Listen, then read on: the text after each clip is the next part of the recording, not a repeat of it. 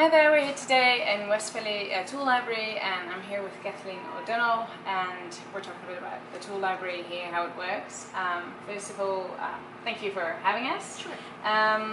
You're one of the staff members here. Can you tell us a bit more about how this all got started? What was the incentive? Our founder, Michael Froelich, had lived in California and near one of the tool libraries there in Oakland. When he moved to Philadelphia, he thought it made sense to try to start one here.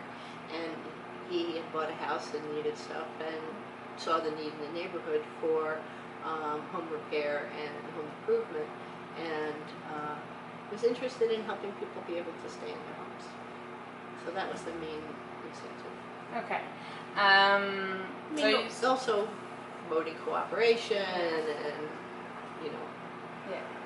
So you started, you told us before that you started as a very small location, and now you've got this one. It's never big enough, of course. Never big enough. How does it work here? I mean, how do people get a membership? How does the membership work? Okay. People can come in to get a membership. They can do most of the membership application online, but they need to come in person and present us with ID.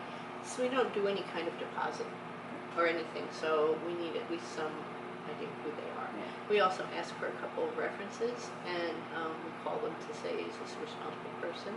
And, you know, people don't usually give you references that say they're not a responsible person. Yeah.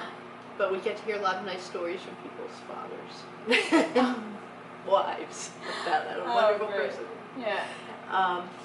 And there's a sliding fee scale from $20 to $50 a year based on income, and our actual memberships are highly weighted to the $20 end of things. And so people come in, fill out the application, show us their ID, we call their references, and then they become members. Okay. So if the members pay like €20, most of them, is that enough for the tool library to be financially sustainable, or No. do you? Our membership and late fees pay for about 40% of our budget. Okay.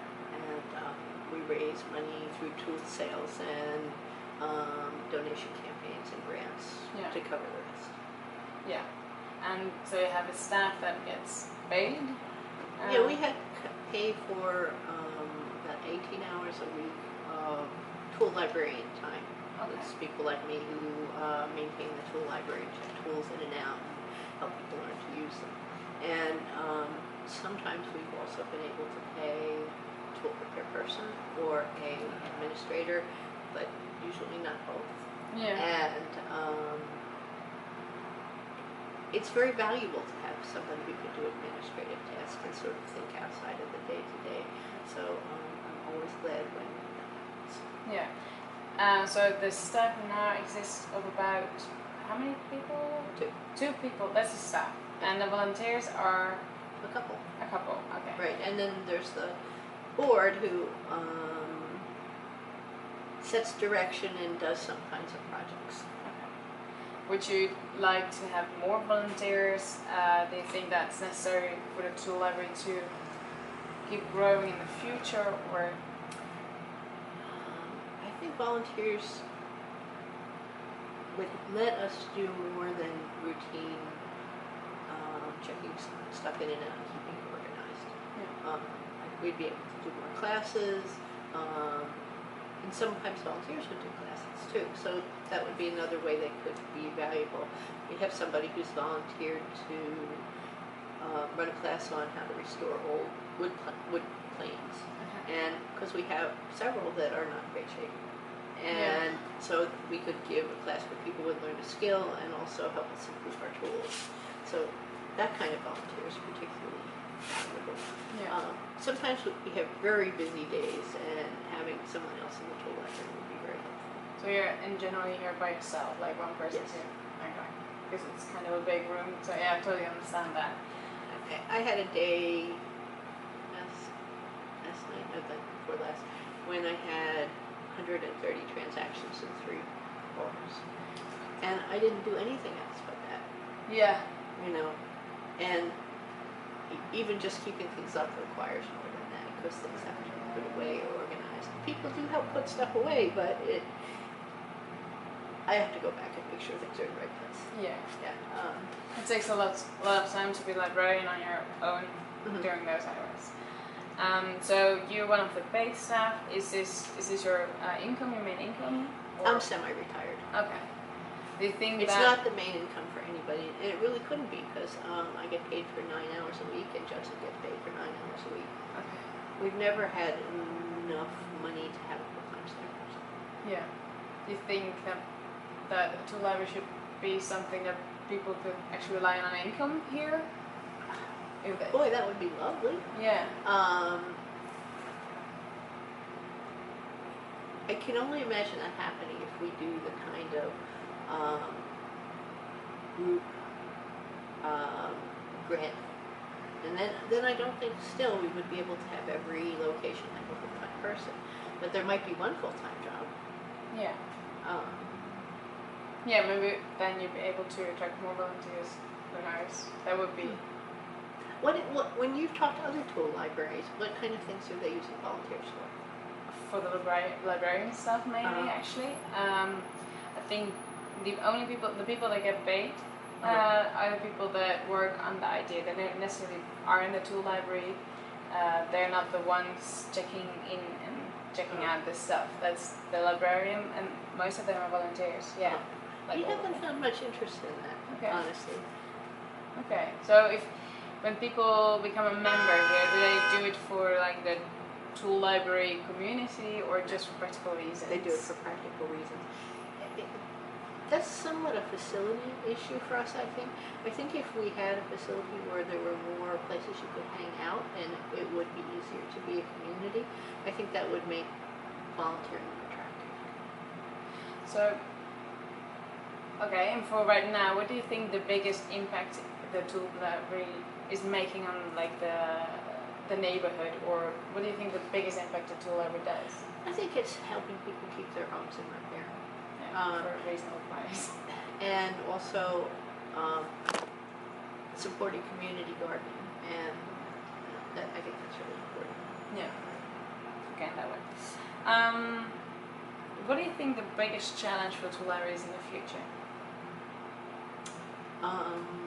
Becoming more self-sufficient without pricing people out of using it. Yeah. I mean, I think we need to increase our user fees.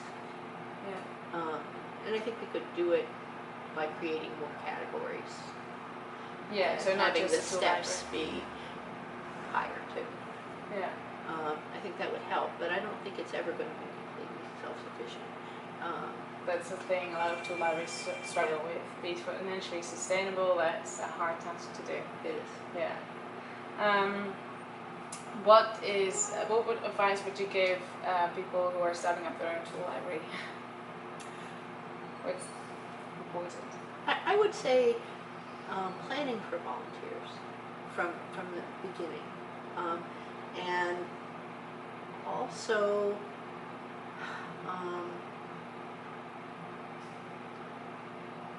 I would say having some turnover in your board. Yeah. So that has more been the same people- board for a long time? Well, there have been people added, but it's a lot of the same people, and there's some really great parts of that, but I think it doesn't encourage new ideas. Okay. So that's something you really miss here. Well, I would say it's something that we don't have as much as I'd like, and I think that if somebody else were starting fresh, that would be something I'd urge them to think about. Okay. Last question then, what would you hope to see for the future of this tool library? Well, I would love to have a shop, but it's very expensive. And I'm not sure there's really community demand for it. I mean, the people who are interested in a shop are largely better off folks who do working with a hobby. Okay. And even like Baltimore, I think, has 1 or 2 free nights a week.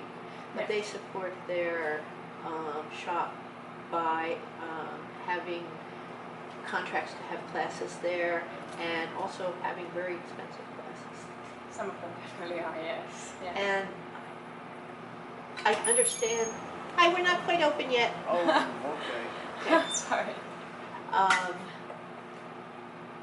I'd want to find a different model Yeah.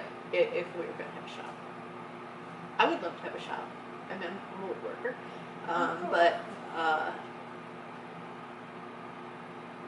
You think it's too expensive what they're doing in Baltimore? well, I think there's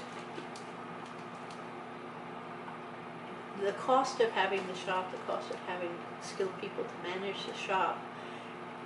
It has to be supported somehow, and it isn't supported mostly by everyday people in their community being able to use the shop for a reasonable amount of money. Most of the cost of it is borne by other kinds of uses, and I don't think they're bad uses, but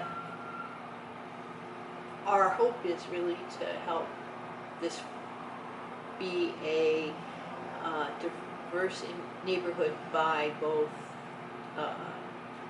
ethnicity and race and religion and income. And so I'm not interested in supporting gentrification, and I do think that that may be a step in that direction. Yeah. Well, let's hope. Let's hope this tool can grow in the future and have a shop. Yep. Thank you so much. Okay, sure. Thank you. I mentioned Judson